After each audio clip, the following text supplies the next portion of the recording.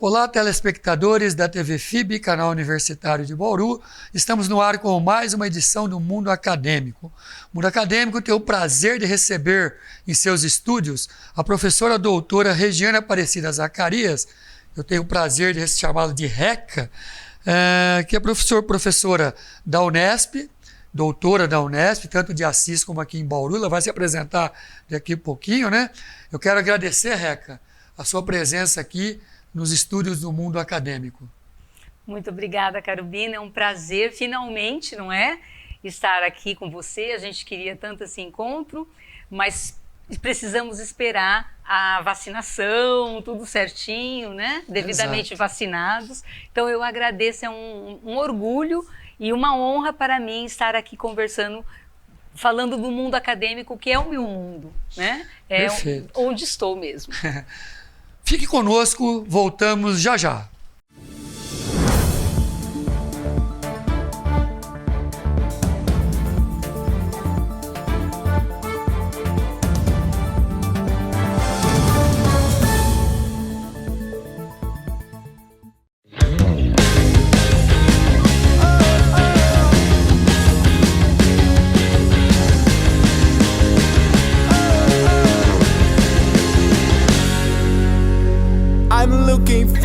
I'm searching to something real nice, something real true for me and you. I'm looking for, I wanna feel. I'm looking for, I wanna ride. I'm looking for.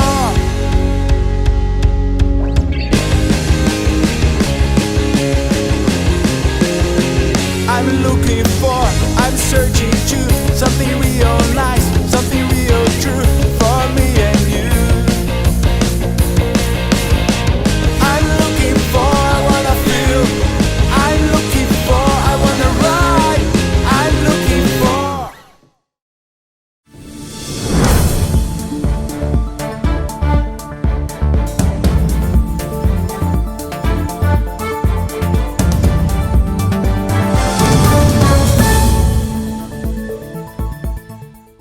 Estamos de volta com o Mundo Acadêmico, com a professora Regiane Aparecida Zacarias, que é doutora pela Unesp, atua tanto na cidade de Assis como em Bauru e também em Araraquara. Ô Reca, que é o seu apelido, a gente tem a liberdade de estar chamando assim, né? E no mundo acadêmico, acho que o pessoal te chama assim de Reca, né? Sim, sim. Então a Reca já é uma velha conhecida, eu estava convidando ela há muito tempo para estar conosco aqui. Ela é doutora em estudos em linguagem. E hoje a gente vai conversar um pouco com um profissional que é expert da área, né? Para falar um pouquinho da língua estrangeira. Então, Reca, antes de nós começarmos o nosso bate-papo, eu gostaria que você falasse um pouquinho da sua experiência acadêmica, né? Fora da Unesp, dentro da Unesp hoje, até chegar aos dias de hoje. Vamos lá, vamos ser breve, não é, Carolina? Eu sempre fui muito apaixonada pela língua inglesa, né? Em especial a língua inglesa. E fui estudando. Quando eu cheguei no Fundamental 2, né? Que é quando a gente aprende inglês, eu me encantei, fui buscar, fiz um curso livre de inglês, na época o CCAA, que tinha inaugurado aqui em Bauru, e daí eu segui. Né? Quando eu tinha 15 anos, eu fiz um curso no exterior, nos Estados Unidos. Quando eu tinha 18 anos, eu fiz o intercâmbio, né? E com isso continuei estudando, comecei a dar aulas antes até da faculdade. Aí veio a faculdade de letras. Eu não sabia se eu ia para letras ou direito, eu fiz as duas, né? E acabei optando então por letras e fiquei nessa área. Depois fiz o mestrado, o doutorado. Durante o doutorado eu tive o prazer de morar na Espanha, fazendo um doutorado sanduíche, né? Depois disso eu ganhei um prêmio do governo dos Estados Unidos e fui dar aula nos Estados Unidos por um ano. E depois também, por intermédio da Unesp e das propostas internacionais que nós temos, eu visitei alguns países, Canadá, Inglaterra, México, então eu pude ter aí essa experiência. Você vai contar para nós daqui a pouquinho sobre essas experiências culturais e multiculturalistas, né, que você teve, que é importante para quem está nos assistindo, né? Ah, sim. Uma TV universitária, acadêmica, o nosso programa é Mundo Acadêmico, Certo. contar com uma profissional que tem um currículo tão bacana, igual você tem, contar como é que é lá fora, né? Essa interação que você teve com esse multiculturalismo aí, europeu, né, americano, que é diferente, a gente sabe disso. Mas antes disso, Reca, essa experiência sua é importantíssimo. Como especialista, como doutora em estudos de língua, né? Então, o objetivo é justamente você falar para quem está nos assistindo, Reca, da tua visão como professora que atua na graduação, na pós-graduação, em cursos de lato sensu, estrito sensu, né? Como orientador, inclusive, de trabalhos, né? De conclusão de curso, de doutorado, de mestrado. Como é que você avalia a língua estrangeira atualmente dentro do contexto do mundo acadêmico? Olha, Carubino, a língua estrangeira, ela sempre foi e ela continua sendo essencial para toda e qualquer formação, seja ela para a academia, né? Seja para aquela pessoa que quer fazer pesquisa, que quer continuar nessa área de pesquisa científica, ou para quem vai para o mercado de trabalho. Então, a língua estrangeira, e nós falamos em língua estrangeira, e não apenas no inglês, porque essa é a tendência mundial, né? O plurilinguismo, e a translinguagem são hoje muito reconhecidos mundo afora. É uma pena, né? Você me perguntou aí a questão acadêmica, então deixa eu voltar um pouco para a questão da nossa BNCC, que é a nossa Base Nacional Comum Curricular, né? Então, a nossa Base Nacional, ela limitou a língua estrangeira brasileira ao inglês, né?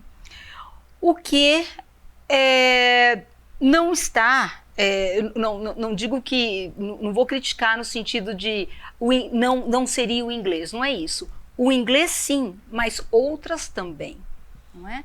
Nós vivemos num mundo em que você não vai fechar, você vai ao contrário, você vai ampliar a perspectiva das pessoas. Então, quando a BNCC trouxe apenas a língua inglesa, limitando, não trazendo, por exemplo, o espanhol. Eu sempre brinco com os meus alunos, eu falo, gente, nós estamos na América Latina. O espanhol tinha que vir na nossa mamadeira. Nós temos a obrigação de saber o espanhol, né? Mas não, a BNCC limita só o inglês como língua estrangeira, embora o Estado tenha cursos, centros de línguas e ofereça em algumas cidades outras línguas também, né? Aqui em Bauru, Cristino Cabral tem o centro de línguas, então em várias cidades, talvez como a gente já comentou, cidades maiores, né? Tem esses centros de línguas, até japonês é ensinado, sabe? Então o governo tem uma iniciativa nesse sentido, mas infelizmente no documento oficial nacional limita ao inglês, né? As universidades, por sua vez, precisam também se adequar. Antigamente, e não é que nós somos velhos, né, Carubino? Nós somos experientes. Né? Experientes. Na nossa época, todos os cursos tinham o componente linguístico da língua estrangeira. Então, a pessoa fazia relações públicas, tinha aula de inglês. Engenharia, tinha aula de inglês. Jornalismo, todos os cursos tinha um componente de língua inglesa, né? Básico. Fazia parte da grade curricular básica. Fazia parte da grade curricular básica. Hoje em dia, isso sumiu. E por que isso, Reca?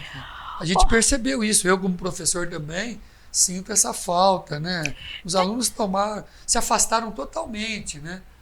E vai na contramão do mundo. Vai na contramão, porque o mundo está cada vez mais globalizado, né? As empresas solicitam, demandam isso, né? Profissionais que tenham essa experiência, né?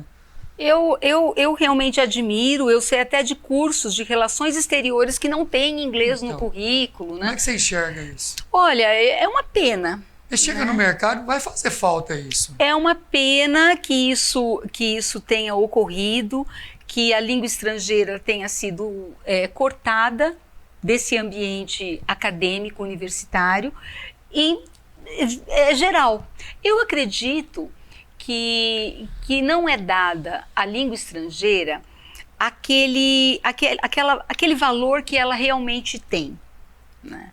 Porque as pessoas se preocupam tanto com a questão do conteúdo, e mesmo a língua portuguesa não se preocupam em passar para o profissional em formação como ele vai expressar-se, como ele vai interagir com esse mundo, não é? Como ele vai escrever. Como né? ele vai escrever. Então, assim, eu vejo que, infelizmente, o nosso país tem muito a caminhar.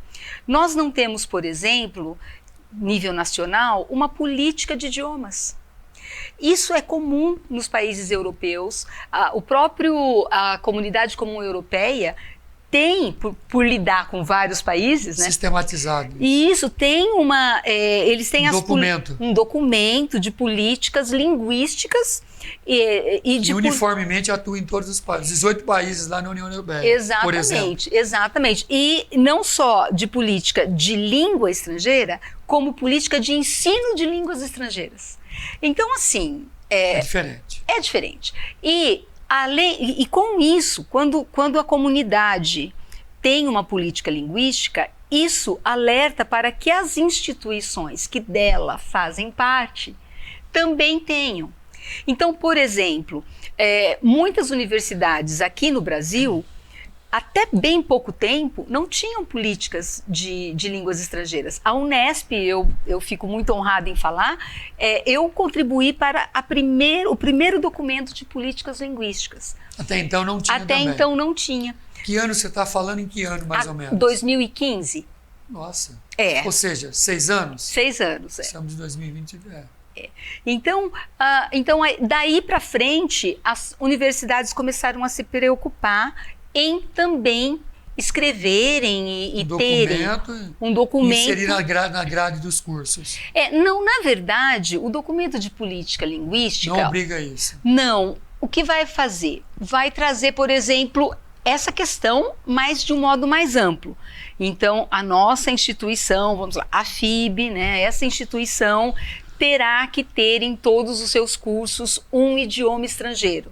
O idioma estrangeiro vai ser em inglês. Ou então, a FIB não vai ter um curso de disciplinas de línguas estrangeiras nos currículos, mas vai abrir um centro de idiomas e vai dar aos seus alunos a possibilidade de baixo custo ou estudarem a língua. Na questão que você coordena aqui, que é a questão da pós-graduação. Então, um documento de política linguística institucional vai delimitar qual é a língua que ele vai precisar comprovar para poder ter acesso. Como vai ser essa aquele prova? Curso de pós, como é que vai ser a prova? Isso, porque tem faculdades... Você tem que ter a certificação tal ou tal. Tem faculdades que aceitam certificação. Tem faculdades que exigem, por exemplo... Fazer uma prova mesmo. Que faça prova ou que faça uma disciplina de inglês durante o curso. Isso já... Então não existe uma padronização. Né? Não. No mercado acadêmico, no mundo acadêmico não existe. Não existe. Em geral, Carubino, para você entrar num curso de mestrado, você precisa comprovar uma língua estrangeira. No mínimo. E para você entrar no doutorado, você tem que comprovar mais uma Além daquela do mestrado. Além daquela Por do exemplo, mestrado. se eu comprovei espanhol, tem que comprovar outro diverso de espanhol. Pode ser o inglês, etc. E você sabe que não é fácil encontrar as universidades que aceitam o espanhol como uma língua estrangeira. Chega a ser um certo preconceito em pensar que o espanhol é uma língua muito próxima do português e que nós não precisamos estudar. Não. Português é português, espanhol é espanhol, né? Então o espanhol tem que fazer parte também dessa opção que o aluno que vai ingressar no curso de pós-graduação tenha. Ô, Reca, mas aproveitando essa primeira questão ainda, dentro desse contexto ainda, como professora que você é, como é que você avalia isso justamente, né? O aluno que você entrega para o mercado, ele está com deficiência, né? Pensando em... Não estou falando tecnicamente, estou falando especificamente em línguas estrangeiras, informação. Você não sente isso? Completamente. Mesmo professor de uma universidade pública, né? A privada é mais complicado ainda, né? Não, olha, vamos lá. Faz falta, né? Vamos para a vida comum, vamos para a nossa vida básica. Então, quem que não mexe no Google para procurar uma doença, né? Alguém fala, você tá com vai no YouTube, vai lá para o Google. Quando você pega e procura no Google em língua portuguesa, você vai ter acesso a algumas informações. Procura a mesma informação em língua inglesa. Amplia. Só por isso, por si só. Uma coisa simples, né? Já seria uma coisa interessante você conhecer o inglês. Já seria. Você ampliaria o seu conhecimento lá no Google. Lá no Google. E é uma coisa básica, né? É isso, você não fica restrito, né? Muitas vezes, em algumas questões, eu já não vou me recordar agora, mas eu já falei para algumas pessoas, procurou em inglês? Joga a palavra em inglês, porque abre um universo muito mais amplo. Faz muita falta, né? E espanhol também. Então, em primeiro lugar, o inglês realmente se torna a língua franca atual, né? E o espanhol vem seguido, seja ele hispano, europeu, o espanhol vem seguido do inglês aí nessa questão de oportunizar um acesso maior ao conhecimento de todo tipo. Mas faz falta. Faz. Você sente. Ah, sim. Eu fico muito triste em perceber que a internacionalização é super cobrada. Globalização. O aluno tem que ter essa visão, né, holística. Sistêmica. Toda. E cadê a língua estrangeira? E cadê a língua estrangeira?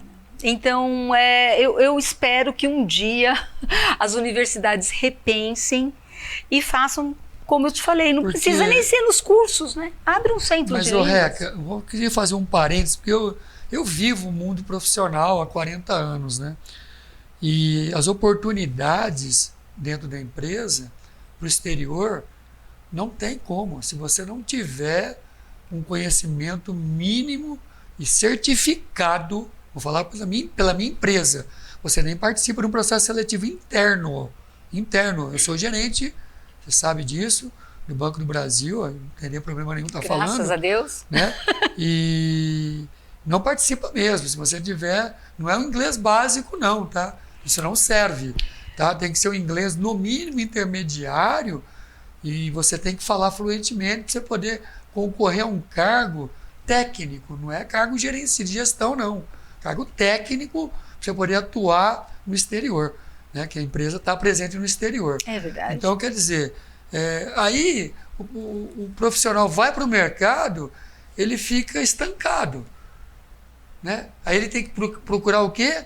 Procurar aquilo que a academia não forneceu para ele, procurar um curso livre, gastar dinheiro, os pais investirem, para ele poder, a toque de caixa, poder se especializar, para poder fazer uma prova, para poder buscar a certificação mínima que aquela vaga solicita para ele concorrer à vaga. Não é mais ou menos isso? Aí eu vou te colocar nessa fala que já você transportamos para o mundo profissional. Vamos fazer essa ponte. Nessa fala que você trouxe, eu vou colocar 3 questões. A primeira, você falou de certificar, certificação. Realmente, uma questão é você saber inglês, você se virar. Outra coisa é inglês, espanhol, francês. Outra coisa é você ter realmente uma certificação. Estas certificações de nível nacional, internacional, elas são provas específicas que são dadas para cada língua. Então, o inglês tem vários exames que comprovam a proficiência. Tem o TOEFL, né? O Test of English as Foreign Language. Tem o Cambridge, que são os testes da Universidade de Cambridge, que são escalonados, né? Tem níveis. Hoje em dia tem o IELTS, que também o IELTS foi uma tentativa, porque o TOEFL, ele é mais para os Estados Unidos, né? Os Cambridge ficaram mais para a Europa. O IELTS veio para tentar unir. Então, você tem que passar, né, em uma dessas provas para ter um certificado. E quando você fala nível intermediário, hoje em dia existe o Common European Framework of Reference, CEFR, que é o Quadro Europeu de Referência de Línguas. Esse quadro europeu, ele define os níveis de conhecimento de uma pessoa em língua estrangeira. Então, você vai do A1, A2, B1, B2, C1, C2 e C1. Né? C1, o máximo, e A1, o básico. Né? A partir desse nível, desses níveis, as provas, elas identificam qual é o nível que a pessoa tem. Então, você tem toda a razão. Não basta saber inglês, francês, espanhol. Você tem que ter um certificado. Que é o que o mercado pede. Que é o que você poder concorrer à vaga. Quando eu fiz o doutorado sanduíche na Espanha, eu tinha que ter o nível intermédio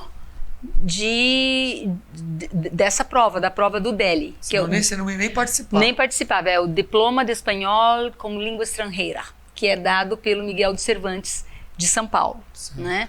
Então, você tem que ter isso comprovado. Né? A pessoa, como você falou, está no mercado de trabalho para poder ter uma promoção, ela precisa da língua estrangeira. Ela não tem tempo de correr atrás. Não tem mais. Aí vem a questão da ponte. Cadê o acadêmico que não cuidou disso antes? Não cuidou disso lá atrás, né? Talvez se fosse o momento ideal, porque quando a pessoa é jovem, a motivação é outra, né? Não tem as responsabilidades aí, N que acontece aí, de família, etc, de prova financeiro também, né? Não dá então, tempo, tudo tem o seu momento, né? Também então o Estado, eu acho que falha nesse aspecto aí, de ter abolido isso, né? De ter exigindo com mais intensidade isso e deixar para que cada um buscasse lá a hora que entrasse no mercado de trabalho, né? Isso está fazendo diferença, né? Sim, se a pessoa tem uma condição de vida e familiar que a pessoa faça paralelo isso, às vezes a família tem essa condição, você vai fazer o inglês, meu querido filho, não é verdade? Então tudo bem, o pai e a mãe pagam esse inglês para ele paralelo, mas não é a base da sociedade brasileira. Você sabe disso. Não. Né? São então, poucos. cadê o Estado para fornecer isso? Né? Qual é o nível que está se colocando lá no Estado? Né? Está colocando a base do básico do básico. Você citou aí que o Estado fornece e tal, mas não é aquilo que efetivamente o mercado exige e diferencia para o profissional. Né? A pessoa tem que buscar um paralelo. Vamos chamar assim, né? Buscar um curso livre, não é isso? Você sabe quem é que está... o Estado vai do Fundamental 2 ao ensino médio, oferecendo a língua inglesa. Dali para frente? Dali para frente, as universidades teriam que dar uma continuidade, não dão. Que não acontece. Não acontece. Quem está mandando muito bem, eu fico muito feliz de falar isso, os municípios.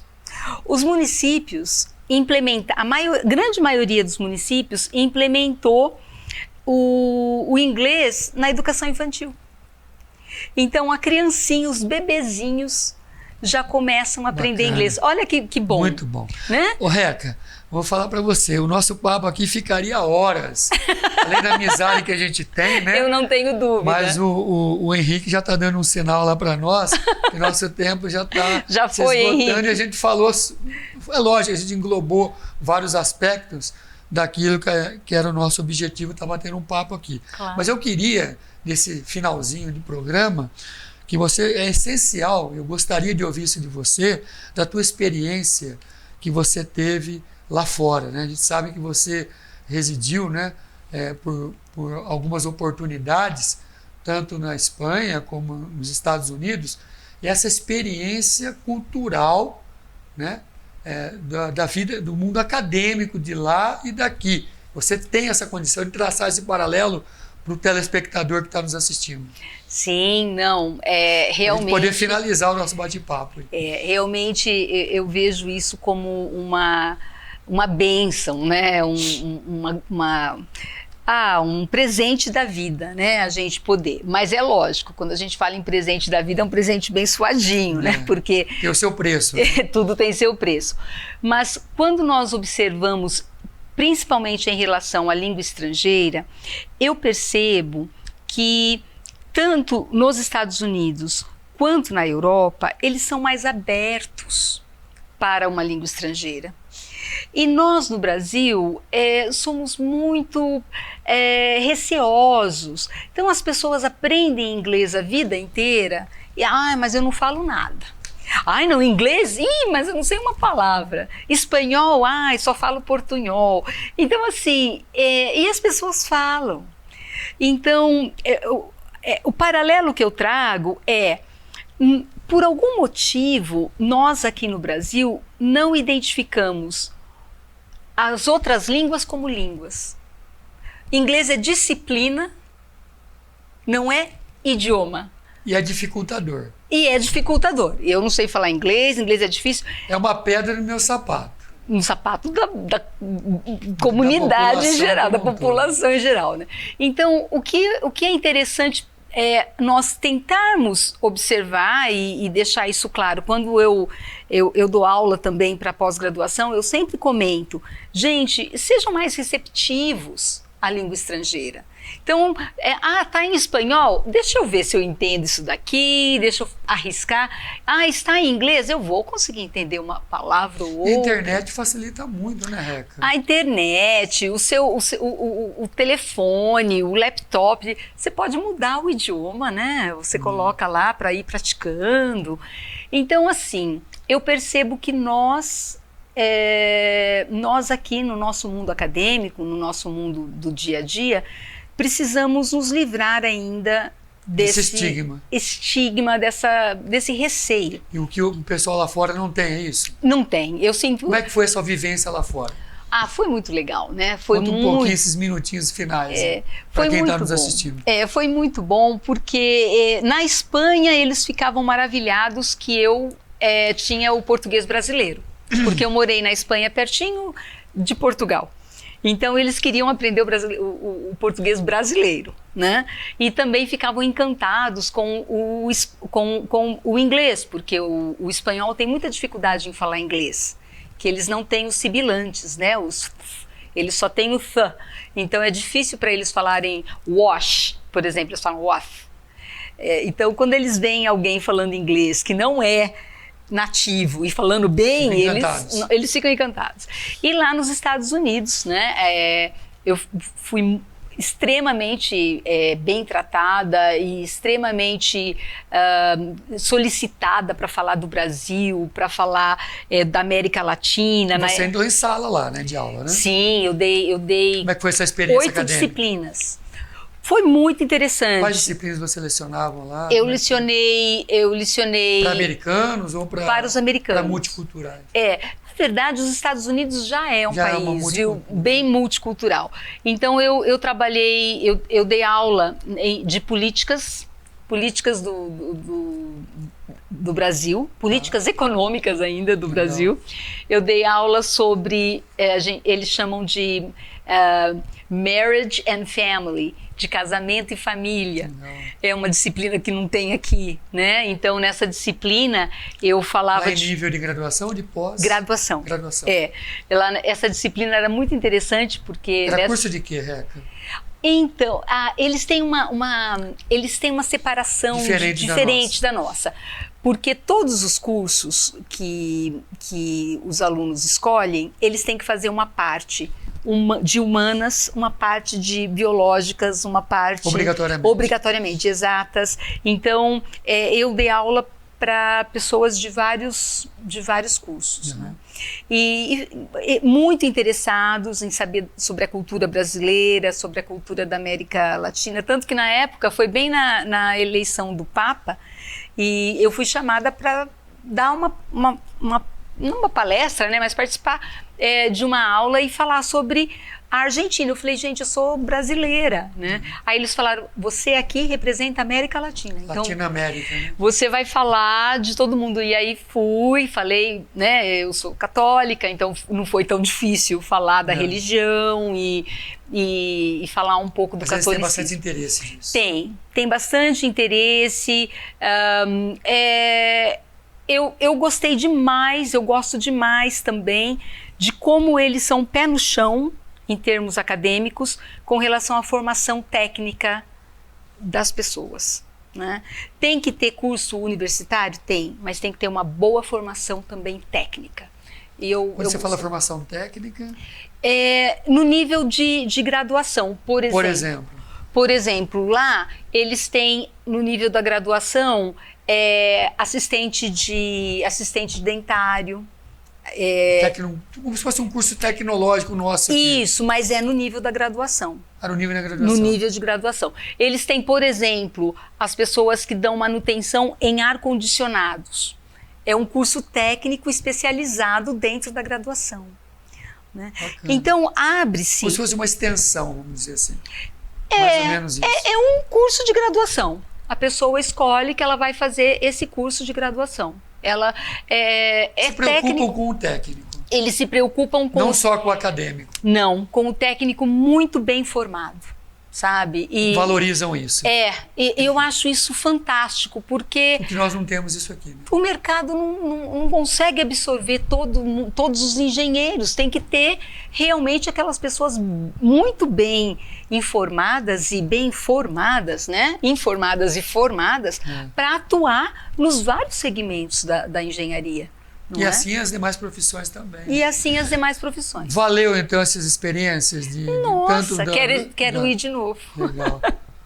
Foi 2 vezes nos Estados Unidos? Como é que foi? Uma vez como profissional... Os períodos quais foram? Como profissional, eu fui para os Estados Unidos ministrar aulas pela Fulbright.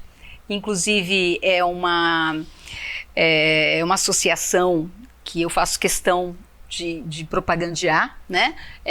A Fulbright é uma associação do governo dos Estados Unidos que dá oportunidades para as pessoas trabalharem e estudarem nos Estados Unidos. Então, procurem o site da Fulbright no Brasil, é Fulbright do Brasil, e vocês vão ter acesso assim, a várias oportunidades mesmo em todos os setores. Reca, para finalizarmos, o nosso tempo já esgotou, infelizmente, coisa boa acaba rápido, né? Fala para o telespectador alguma recomendação pontual sua para quem está nos assistindo em relação à língua estrangeira, né? Aquela pedra, tira aquela pedra do sapato que você comentou aí, que é verdade, eu vivencio isso, desmistifica isso para quem está nos assistindo, Reca. Olha, desde que quando as crianças eram pequenas, eu já fazia isso. Hoje em dia, com tanto Netflix, né, com tantos filmes à nossa disposição, escolha um filme que você gosta muito, que você se identifica. Geralmente a gente tem aquele filme que você fala, eu vou pôr de novo aquele filme porque eu gosto demais desse filme, né? Não veja mais em português. Você gosta desse filme, já decorou o filme, põe em inglês, né? Ou em espanhol, ou em francês, italiano. Veja as opções e comece a desmistificar outros idiomas. Não é? Coloque lá uma série que você já assistiu, assista de novo em outro idioma. Eu acho que isso já começa a trazer um clima diferente, né, para a sua vida. Começa a observar algumas palavras, dá até para colocar a legenda, eu não diria em português, no mesmo idioma, né? Tá assistindo em inglês, coloca a legenda em inglês. Assistindo em francês, coloca a legenda em francês. E você vai aí tendo a percepção de um outro idioma. Eu acho isso muito bom. Legal, Reca. Fico feliz da sua presença aqui. Vou trazer você mais vezes aqui. Será um prazer. Porque você tem uma experiência, né, enorme, né? Tanto em nível acadêmico Brasil, né? Trajetória sua acadêmica foi tudo aqui no Brasil. E essa experiência, essa ponte aí que você teve nos Estados Unidos e na Europa, né? E na Inglaterra, você nem comentou na Inglaterra, mas teve passagem teve Inglaterra na Inglaterra também. É. E então, você criou uma experiência enorme e isso faz diferença, né? Faz diferença e você volta como uma profissional diferente, né? Quando você volta para a sala de aula, aí você vê esse movimento de pandemia, ter que assistir, dar aula remota, né? Aí você não sabe quem está do lado de lá, se está assistindo, se não está. E essa força, essa experiência que você tem, e a gente sabe que eu vivo isso também, você não consegue passar no computador, né? E a gente fica meio desmotivado, vamos dizer assim, porque não consegue. Em sala de aula você está motivado, você olha na cara dos seus alunos, nos olhos dos seus alunos, você sabe se ele entendeu ou se não entendeu. E eu imagino você com esse conhecimento enorme, essa experiência enorme fora do país, né? Profissional. E nesse momento de pandemia, a gente sofre muito, né? Acho que todos nós, não tem como, Mas né? vamos passar, se Deus quiser. Vamos, né? e vai ser um prazer. Eu sou da casa, porque eu já fui FIB, né? Eu dei aula Gosta aqui. da FIB. Gosto da FIB. Quando eu te convidei, você de imediato aceitou. Eu sou muito grato. Sim, eu que agradeço. Foi um prazer. Vamos voltar aqui mais vezes. Tá bom, tá ótimo. Será um prazer. Reca, obrigado de coração pela sua presença. Obrigada a você, Carubino. Tá bom? Obrigada, bem. Obrigada, Henrique. E assim estamos encerrando mais uma edição do Mundo Acadêmico. Obrigado pela sua preferência e audiência. E até uma próxima oportunidade. Tchau.